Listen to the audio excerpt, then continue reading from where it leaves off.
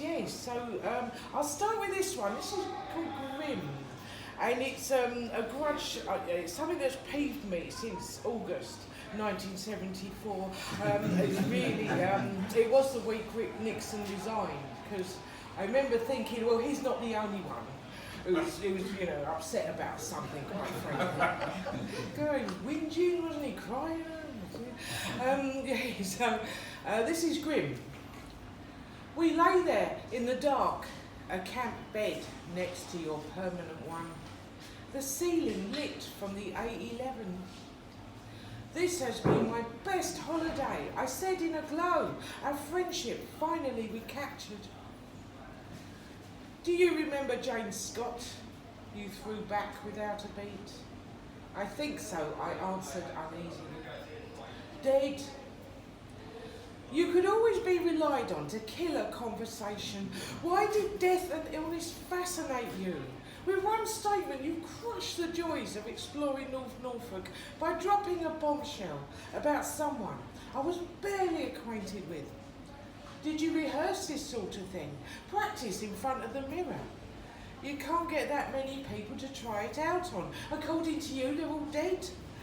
But our unique summer, exploring Walsingham and Cromer, did you really have to piss on that?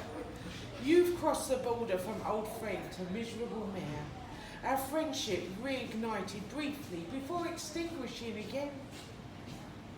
When you moved away in '66, I was lonely and I never replaced you.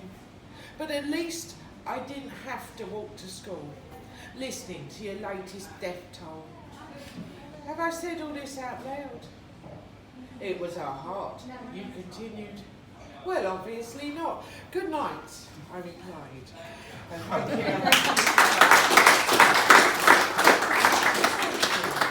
Oh, I enjoyed that little man. I've been saving that one up since 1974. I'd like to read this poem. It's about a couple of years old, but recently it got into the long list at Roger McGoff's competition, and I thought it might be quite fun to read it out, as it is approaching us, really. This is relative to all of us, I think. And this is The Summers of Hate. Screw you, summer of '76. Thanks for such a long July. 3 weeks of 90 degrees. The misery of youth and sunburn on my young shoulders. Bombarded with punk rock and a summer job in a chip shop. Yearning for love while my overalls stunk of fish. Cheers for that. And thank you, summer of '95. Wincing from your brutal heat. Thighs sticky, face like beetroot. Heavy with child, akin to a sweaty, sodden lump. Buggered if I was eating that placenta. Charmless all the way down to my swollen ankles. What did I ever do to you? And bugger you, hot summer of '03, whinging kids and an empty purse. Sun streaming into my face like a torrent the minute I put on the chips. Children clinging like a second skin. Studying open doors, desperate for a twig to move.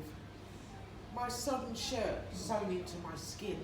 Insect bites in the darkest of places. Why couldn't you have been like a proper summer, like 1976? They were good days then. And thanks very much.